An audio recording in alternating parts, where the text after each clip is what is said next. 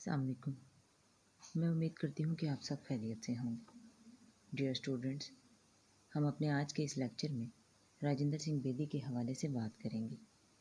راجندر سنگھ بیدی کے افسانوں کی تفصیل میں جانے سے پہلے ہم ان کے ابتدائی زندگی کے حوالے سے مختصراً بات کریں گے۔ راجندر سنگھ بیدی 1 ستمبر 1915 کو لاہور میں پیدا ہوئے۔ بیدی کی ماں دیوی ہندو خاندان سے تعلق رکھتی تھی، جبکہ باپ ہیرا سنگھ سکھ تھے۔ ان کے والد صاحب پوسٹ آفس میں ملازم تھے۔ گھر کا رہن سہن ہندوانہ بھی تھا اور سکھی بھی۔ بیدی کے والد صاحب ہر مذہب اور عقیدے کے دلدادہ تھے۔ ان کو کسی مذہب یا عقیدے سے عناد نہیں تھا، نہ وہ تفریق کرتے تھے۔ اس ماحول کا بیدی پر گہرا اثر ہوا۔ بیدی کی ادبی زندگی کا آغاز 1931 کے لگ بھگ 17-18 سال کی عمر میں ہوتا ہے۔ اسی زمانے میں انہوں نے انگریزی میں نظمیں، اردو اور پنجابی میں افسانے اور مضامین لکھے۔ ایک رسالہ سارنگ لاہور سے نکلتا تھا جو پنجابی اور اردو میں چھپا کرتا تھا۔ رسالہ کی مالی حالت خراب تھی، اسی لیے بیدی نے بلا معاوضہ اس کی ایڈیٹری کا کام سنبھالا اور سارے کا سارا خود ہی لکھنا شروع کر دیا۔ ہر قسم کے مضمون، فارسی غزلوں اور رباعیوں کے پنجابی ترجمے اور کہانیاں خود ہی لکھ کر مختلف ناموں سے چھاپتے رہتے۔ بیدی طالب علمی کے زمانے میں محسن لاہوری کے نام سے لکھا کرتے تھے۔ بیدی کے افسانوں کو تقویت تب ملی جب سعادت حسن منٹو نے مصور بمبئی میں آپ کے افسانوں کا جائزہ لینا شروع کیا اور بہت زیادہ تعریف کی۔ گرم کوٹ، جو کہ بیدی کا پہلا افسانہ ہے، اس کو روسی ادب کے افسانوں میں شامل کیا۔ راجندر سنگھ بیدی نے اپنے والد صاحب کی نصیحت کے مطابق چونکہ ڈاک خانے میں ہی ملازمت کر لی تھی، اس لیے ڈاک خانے میں بیدی کو بہت کام کرنا پڑتا۔ کئی بار تو 17-18 گھنٹے کام کرتے۔ یہی وجہ ہے کہ اس زمانے میں بیدی کی سنجیدہ افسانہ نگاری نظر آتی ہے اور وہ رومانی کہانیوں، مضامین اور تراجم کے دور سے باہر نکل آئے۔ اس دور میں زندگی کے اہم واقعات، تجربات اور مشاہدات پر اپنی کہانیوں کی تعمیر کرنے لگے۔ یہی وہ کہانیاں ہیں جو 1934 میں ان کے پہلے مجموعے دانا و دام کی زینت بنی، اور جب 1941 میں ان کا دوسرا مجموعہ گرہن شائع ہوا تو وہ اردو کے مستند افسانہ نگار قرار دیے جا چکے تھے۔ پہلے مجموعے میں تقریباً 14 اور دوسرے مجموعے میں تقریباً 15 افسانے ہیں، سوائے 2-3 افسانوں کے سب راجندر سنگھ بیدی کی بہترین نگارشات میں شمار ہوتے ہیں۔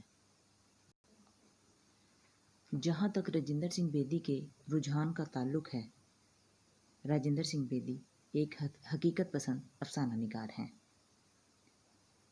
دراصل راجندر سنگھ بیدی پریم چند سے متاثر تھے اور وہ روایات جو پریم چند کے افسانوں نے ہمیں دی ہیں، بیدی نے انہیں آگے بڑھایا ہے۔ پریم چند کے ہاں صرف گاؤں ہے، لیکن بیدی کے ہاں گاؤں اور شہر کا امتزاجی رنگ ہے، لیکن رشتہ دونوں کا زمینی ہے۔ دونوں کے کردار اسی زمین سے پیدا ہوتے ہیں اور عام انسانوں کی طرح زندگی بسر کرتے ہیں۔ پریم چند اور بیدی دونوں افسانہ نگاروں کے ہاں جو ہلکی سی رومانیت کی جھلک ہے، اس کے تحت پریم چند کی رومانیت ان کے کرداروں کو مثالی بناتی ہے، جبکہ بیدی کی رومانیت اور جذبات نگاری کبھی کبھی خوبصورت مناظر کو جنم دیتی ہے، لیکن یہ جذبات نگاری اور حسین مناظر تحریر کو کمزور نہیں کرتے بلکہ توانا بنا دیتے ہیں۔ بیدی کی یہ رومانیت کبھی کبھی جذباتی شدت کی حامل ہوتی نظر آتی ہے۔ ان کے افسانہ رحمان کے جوتے میں جینا کی ماں، بوڑھا رحمان دونوں حقیقی کردار ہیں، لیکن دونوں کے لیے بیٹی کا رشتہ جذباتی رشتہ بن جاتا ہے۔ ڈیئر اسٹوڈنٹس، حقیقت نگاری کے معنی جذبات نگاری کا منکر ہونا نہیں ہے۔ عام طور سے بیدی کو حقیقت نگار کہا گیا ہے، اور یہ طے کر لیا گیا ہے کہ ان کے ہاں رومانیت کا گزر نہیں ہے۔ رومانیت صرف کرشن چندر کے ہاں ہے۔ یہ ساری غلط فہمی شاید اسی لیے ہے کہ رومانیت اور حقیقت پسندی کو بالکل جدا گانا چیزیں سمجھ لیا گیا ہے، حالانکہ ایسا نہیں ہے۔ دونوں میں اشتراک بھی ممکن ہے۔ یہ الگ بات ہے کہ بنیادی طور پر بعض لکھنے والے رومانی ذہن رکھتے ہیں، لیکن بیدی کو کٹر حقیقت پسند سمجھ لینا، بیدی کے افسانوں کی تہ کے نیچے دوڑنے والی ہلکی ہلکی رومانی لہروں کو نظر انداز کر دینا مناسب نہیں۔ بیدی کی حقیقت نگاری میں جذباتی رنگ بھی پایا جاتا ہے۔ یہ جذبات نگاری رومان میں لپٹی ہوئی ہے۔ ان کے افسانہ رحمان کے جوتے میں یہ پورے عروج پر ہے۔ اسی لیے یہ کہنا کہ بیدی صرف حقیقت نگار ہیں، ان کے فن کا احاطہ نہیں کرتا، بلکہ ان کا انداز بیاں ان کے حقیقت پسند ہونے کا دھوکہ دیتا ہے۔ معاشی الجھنیں، تنگ دستی، زندگی کی عام ضروریات، یہ موضوعات ایسے ہیں کہ جب بیدی ان پر قلم اٹھاتے ہیں تو ان کا انداز بیاں سادہ، بعض اوقات بیانیہ اور تلخ حقائق کا پردہ چاک کرتا نظر آتا ہے، لیکن اس کی تہ میں رومانیت کی لہریں اندر ہی اندر مچلتی، تڑپتی، جذبات میں ڈھلتی صاف طور پر نظر آتی ہیں۔ خواہ یہ رومانیت رحمان بابا کی موت بن کر ابھرے یا اندو کے جذباتی انداز زندگی میں ڈھل جائے۔ اپنے دکھ مجھے دے دو کی اندو جو بظاہر سپاٹ اور سادہ ہے، جو زندگی کی تمام ذمہ داریوں کو پورا کرتی ہے، جو شوہر سے زیادہ اس کے گھر والوں کا خیال رکھتی ہے، لیکن آخر میں تمام فرائض پورے کرنے کے بعد اس کی بنیادی شخصیت جب ظاہر ہوتی ہے تو وہ بیدی کا فن بن جاتی ہے۔ بیدی کے افسانوں میں کچھ ذمہ داریوں کا احساس، معاشی مساوات پیدا کرنے کا احساس، غم بانٹ لینے کا احساس اتنا حاوی نظر آتا ہے کہ پڑھنے والوں کو دھوکہ ہوتا ہے اور وہ صرف تلخ حقیقت نگار ہیں اور رومانیت کی تلاش ان کے ہاں بے سود ہے۔ اس حوالے سے راجندر سنگھ بیدی کہتے ہیں، مجھے تخیلی فن میں یقین ہے کہ جب کوئی واقعہ مشاہدے میں آتا ہے تو میں اسے من و عن بیان کر دینے کی کوشش نہیں کرتا، بلکہ حقیقت اور تخیل کے امتزاج سے جو چیز پیدا ہوتی ہے اسے احاطۂ تحریر میں لانے کی سعی کرتا ہوں۔ میرے خیال میں اظہار حقیقت کے لیے ایک رومانی نقطہ نظر کی ضرورت ہے، بلکہ مشاہدے کے بعد پیش کرنے کے انداز کے متعلق سوچنا بجائے خود کسی حد تک رومانی طرز عمل ہے۔ بیدی کے اس بیان کے بعد یہ بات واضح ہو جاتی ہے کہ بیدی مزاجاً رومان پسند ہیں، مگر وہ شاعر نہیں ہیں۔ پریم چند بھی رومان پسند تھے، مگر وہ شاعر نہیں تھے۔ تخیل فن حقیقت نگاری کو زیادہ پر اثر اور ذی روح بنا دیتی ہے، لیکن لازمی نہیں ہے کہ تخیل رومان کی سرحدوں میں داخل ہو جائے۔ تخیل میں جذباتی آمیزش ہی رومانیت کی طرف لے جاتی ہے۔ بیدی کے ہاں یہ آمیزش ہے، مگر بیدی کے افسانے افسانوی حدود کو چھوڑتے نہیں ہیں، بلکہ یوں کہیے کہ بیدی کی حقیقت نگاری خارجی عوامل سے گزر کر داخلیت کے حجرے میں پہنچ جاتی ہے۔ ان کے ہاں مکمل انسان نظر آتا ہے جو اپنی داخلی کیفیت اور خارجی حیثیت کے ساتھ زندہ ہے۔ وہ نہ یکسر خارجی عوامل کی پیدا کردہ مشین بن کر چلتا پھرتا ہے اور نہ یکسر داخلی کیفیت کو اپنا کر معاشرے سے کنارہ کش ہو کر جینے کی کوشش کرتا ہے۔ ان کے بیشتر افسانوں میں انسان کا اجتماعی کرب ابھر کر سامنے آتا ہے۔ اجتماعی کرب کا یہ احساس ہی ان کے افسانوں کی قوت اور ان کو زندہ رکھنے کا سبب ہے۔ پریم چند سے متاثر ہونے کے علاوہ ان کے ہاں 20ویں صدی کے دوران ابھرنے والے اثرات بھی نمایاں ہیں۔ ترقی پسند تحریک سے وابستگی کے سبب ان کے ہاں وہ تمام جدید رجحانات موجود ہیں جو اس تحریک یا اس سے قبل انگارہ کے تحت اردو افسانہ میں آئے۔ ان کے ہاں مارکسی نظریات اور کبھی کبھی فرائڈ کے نظریات کے اثرات بھی ابھرتے ہیں۔ مارکسی نظریات کے تحت ان کے افسانے معاشی استحصال سے پیدا ہونے والے دکھوں کی نمائندگی کرتے ہیں۔ رحمان کے جوتے، غلامی، ہڈیاں اور پھول، لاوے اسی قسم کے افسانے ہیں۔ فرائڈ کے نظریات سے متاثر افسانوں میں گرہن اور بلی، اغوا یہ افسانے شامل ہیں، لیکن بیدی کے افسانوں میں معاشی اور جنسی مسائل بھی اسی طرح ملے ہوئے ہیں کہ ان کو الگ الگ محسوس کرنا ممکن نہیں۔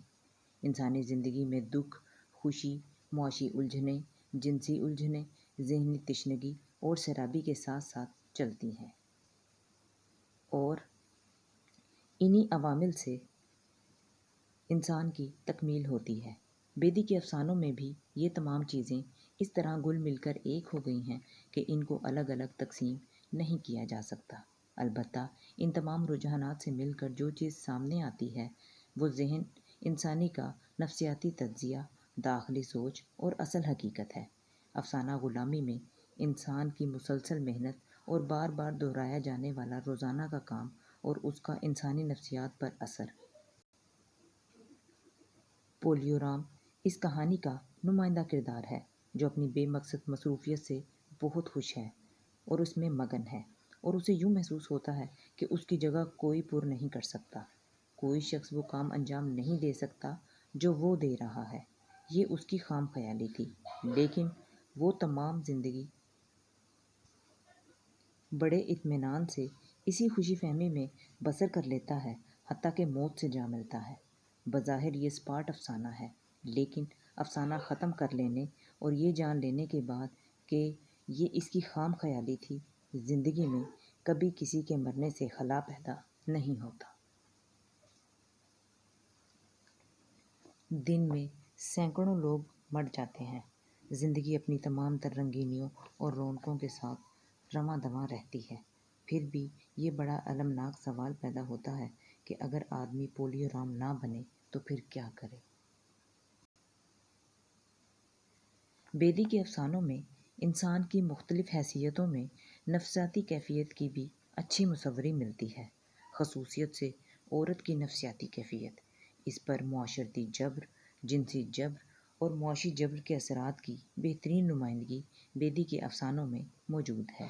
ان کا افسانہ اپنے دکھ مجھے دے دو عورت کی نفسیاتی کشمکش، جذبات اور احساسات، اس کے ضبط، حوصلہ، مستقل مزاجی اور محبت کی گہرائی کی انتہائی کامیاب عکاسی ہے۔ اس کے ساتھ مرد کی نفسیاتی کیفیت، جو وہ عورت کے بارے میں سوچتا یا محسوس کرتا ہے، اس کی معمولی سی جھلک بھی اس افسانے میں موجود ہے۔ جب عورت کوئی گہری بات کہہ جائے یا اپنی محبت کا اظہار کرے تو مرد کس طرح شک کرتا ہے، لیکن عورت کی مسلسل محنت، ثابت قدمی اور ایثار آخر کبھی کبھی مرد کو عورت کی سچائی کا یقین کرنے پر مجبور کر ہی دیتا ہے۔ بعض اوقات ایسا معلوم ہوتا ہے کہ مردوں کے مقابلے میں بیدی عورت کے احساسات سے زیادہ واقف ہیں، یا وہ دانستہ ایک مظلوم ہستی کی نمائندگی کرتے ہیں۔ ان کے ہاں عورت معمہ نہیں بلکہ محبت اور ایثار کی مجسم شکل ہے۔ اس کی لطافت، احساس کی پاکیزگی، ایک ایک احساس کی مصوری ان کے ہاں بڑی خوبی سے کی گئی ہے، جو ان کی انتہائی حساس اور ذہین فطرت کا پتہ دیتی ہے۔ جوگیا ان کے افسانوں کا مجموعہ صرف خواتین کے ذہنی کرب، مختلف حالات کی پیدا کردہ نفسیاتی الجھنیں، معاشرے کی بے حسی کے اثرات کی نمائندگی کرتا ہے۔ سعادت حسن منٹو اور عصمت چغتائی کے برعکس، بیدی کے وہ مضامین جو انہوں نے شخصی سکیچ بنانے کی کوشش میں لکھے، زیادہ کامیاب نہیں۔ عصمت اور منٹو جب اپنے تخیل کی رنگ امیزیوں سے ہٹ کر صرف حقیقت نگاری کرتے ہیں تو وہ مضامین ان کے افسانوں کے مقابلے میں زیادہ کامیاب نظر آتے ہیں۔ لیکن جب بیدی اپنے تخیل کی رنگ امیزی چھوڑ کر صرف حقیقت نگاری سے کام لیتے ہیں تو وہ اتنے کامیاب نہیں ہوتے۔ ان کے اسی قسم کے مضامین کا مجموعہ مہمان ہے۔ اس میں وہ توانائی اور کشش نہیں جو ان کے افسانوں میں پائی جاتی ہے۔ بنیادی طور پر بیدی جذباتی حقیقت نگار ہیں۔ حقیقت کی سیاہ چادر پر جب بیدی جذبات کی دھنک چڑھا دیتے ہیں تو سیاہ رنگ میں بھی حسن پیدا ہو جاتا ہے۔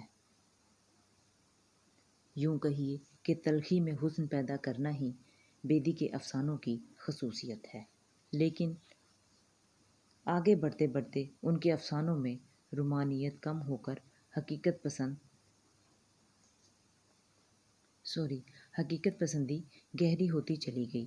یہ سیاسی اور سماجی حقیقت کا ادراک ہے۔ اس حقیقت کے ساتھ بھی بیدی کا رشتہ جذباتی ہے، اسی لیے بھی ان کے ہاں افسانوں میں کہیں حقیقت کا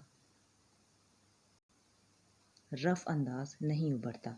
جذبات تحریر میں بہتے پانی کی سی روانی پیدا کر دیتے ہیں اور اجنبی سے اجنبی موضوع بھی بیدی کو پڑھتے وقت اپنا سا لگنے لگتا ہے۔ ان کی تحریر میں جو تسلسل اور روانی ہے وہ افسانہ زین العابدین میں پوری طرح نمایاں ہے۔ راجندر سنگھ بیدی کے افسانوں میں طنز و مزاح بھی پایا جاتا ہے اور یہ طنز و مزاح بالعموم ان کے سیاسی نظریات کی نمائندگی کرتا ہے۔ ان کے سیاسی نظریات اشتراکیت سے متاثر ہیں۔ وہ بے جا پابندیوں، نام نہاد اخلاقی ضابطوں اور عدم معاشی مساوات سے سخت نالاں دکھائی دیتے ہیں، اور جوں جوں ان کا مشاہدے میں گہرائی پیدا ہوتی گئی ویسے ویسے ان کے نظریات پختہ ہوتے چلے گئے۔ بعد کے افسانوں میں رومانیت مٹتی چلی گئی۔ سخت اور نوکیلے سنگریزوں جیسی حقیقت، رومان، جذبات اور حسین فطری مناظر کا لبادہ چاک کرتی ہوئی سامنے آ کھڑی ہوئی۔ ان کے ہاں جنسی رجحان بھی ہے، لیکن یہ رجحان معاشی جبر کا ہی نتیجہ بن کر سامنے آتا ہے۔ 1939 میں دوسری جنگ عظیم شروع ہوئی۔ ہندوستان کو اس کی مرضی کے خلاف جنگ میں شامل ہونا پڑا۔ گو ہندوستان کے کسی حصے میں بھی جنگ نہیں لڑی گئی، لیکن اس کے ہولناک اثرات یہاں بھی محسوس کیے گئے۔ بنگال میں قحط نے وہاں کی آبادی کو تہس نہس کر دیا۔ اس قحط کی وجہ سے پیدا ہونے والے کریہ مناظر اور فاقہ کش انسان اور انسان کے انسان پر جبر کی سفاک حقیقت نگاری بیدی کے افسانے سارگام کے بھوکے میں نظر آتی ہے۔ حالات انسان کو کتنا ظالم، کتنا مظلوم، کتنا بے غیرت، کتنا مجبور اور کتنا طاقتور بنا دیتے ہیں، یہ سارگام کے بھوکے میں دیکھا جا سکتا ہے۔ یہ حالات اقتصادی ہیں۔ عجیب و غریب دل ہلانے والے مناظر اس افسانے کے پس منظر سے ابھر کر سامنے آتے ہیں، جس میں کہیں ہلکا سا پرتو تو بھی جذبات کا نہیں پڑتا۔ صرف ننگی حقیقتیں اس افسانے کی بنیاد ہیں۔ اس منزل پر بیدی فن کے ان منزلوں پر نظر آتا ہے جہاں دوسرے فنکاروں کا قد چھوٹا پڑ جاتا ہے۔ ان کے افسانوں میں دکھ اور خوشی، انسان اور فطرت ایک دوسرے میں گم ہے۔ یہ معلوم نہیں ہوتا کہ شفق کی سرخی انسانیت کے خون سے سرخ ہے یا انسانیت کے خون کا عکس شفق کی سرخی میں ڈھل گیا ہے۔ مجموعی حیثیت سے راجندر سنگھ بیدی کے افسانوں کے مطالعے کے تحت یہ بات سامنے آتی ہے کہ وہ مزاجاً رومانی تھے۔ ان کی رومانیت میں جذبات کی شدت ہے، لیکن عام زندگی کی تلخ حقیقتوں نے خود ان کو بھی تلخ اور سفاک بنا دیا۔ اسی لیے ان کے ابتدائی دور کے افسانوں کے مقابلے میں آخری دور کے افسانے زیادہ کھردری حقیقت کی نمائندگی کرتے ہیں، جبکہ ابتدائی عہد کے افسانوں میں رومان اور جذبات کی رنگ آمیزی ہے۔ لیکن ابتدائی دور کے افسانوں میں بھی رومان کسی تخیلی جزیرے کی طرف نہیں لے جاتا۔ ان کے رومان میں زمین کی خوشبو زیادہ بھینی اور زیادہ سوندھی محسوس ہوتی ہے۔ بیدی کے افسانوں کی ایک بڑی خصوصیت یہ بھی ہے کہ ان کے کردار اپنے ماحول میں مکمل طور پر بسے ہوتے ہیں۔ اس کی بڑی وجہ یہ ہے کہ وہ افسانے کی جزیات، واقعات اور کرداروں کے ماحول کا، ان کی الجھنوں اور مسائل کا بغور مطالعہ و مشاہدہ کرتے ہیں۔ اس عمیق مشاہدے کا یہ اثر ہوتا ہے کہ قاری کا دل افسانے کے واقعات کی واقعیت کا گہرا اثر قبول کرتا ہے۔ بیدی کی کہانیوں کا مرکزی کردار بنیادی طور پر ایک سماجی آدمی ہے۔ وہ اپنے کنبہ، کمیونٹی، اپنی تہذیب و مذہب اور اخلاقی فضاؤں میں جینے والا آدمی ہے۔ بیدی اس کردار کی پیشکش میں اس کے گرد و پیش کے ماحول کی ایسی عکاسی کرتے ہیں کہ کردار اپنی زمین میں پیوست نظر آتا ہے۔ وہ کبھی دکھی ہے، غمزدہ ہے، سماج کا ستایا ہوا ہے، لیکن اکھڑا ہوا نہیں ہے۔ اس کا المیہ یہی ہے کہ اس زمین میں اپنی جڑیں پیوست کرے جو اس پر تنگ ہو چکی ہیں۔ یہی وجہ ہے کہ بیدی کے افسانوں میں ہندوستان کی روح دھڑکتی ہوئی محسوس ہوتی ہے۔ اسلوب احمد انصاری اس حوالے سے لکھتے ہیں، ان کی کہانیاں پڑھ کر ہمارے سامنے اس مالوس زندگی اور معاشرت کے نقوش ابھر آتے ہیں جس میں ہم روزانہ سانس لیتے ہیں۔ ان کہانیوں میں اس ہندوستان کی تصویر چھلکتی ہے جو کروڑوں جاہل، غریب اور توہم پرست انسانوں کا ملک ہے، مگر جنہیں ان تمام کمزوریوں کے باوجود ایک توانائی کا عکس ملتا ہے۔ ان کہانیوں میں عام انسان فطرت کا مطالعہ بے لاگ طریقے سے کیا گیا ہے، جس کی مثال اردو ادب میں تلاش کرنا آسان نہیں۔ مختصر یہ کہ بیدی نے اپنے دور کے تمام رجحانات کو اپنے اندر سمونے کی کوشش کی۔ وہ تمام رجحانات جو مختلف افسانہ نگاروں کے ہاں انفرادی حیثیت سے پائے جاتے ہیں، بیدی کے ہاں مجموعی حیثیت سے ایک کل میں تبدیل ہو گئے ہیں۔ لیکن بیدی کا امتیازی رنگ حقیقت پسندی اور فن کی پاسداری ہے۔ ڈیئر اسٹوڈنٹس، آپ سب لوگوں کا بہت شکریہ۔ چونکہ ہمارے پاس مزید لیکچر کی گنجائش نہیں ہے، اس لیے میں نے اس کم سے کم وقت میں راجندر سنگھ بیدی کو مختصراً سمیٹنے کی کوشش کی ہے۔ السلام علیکم۔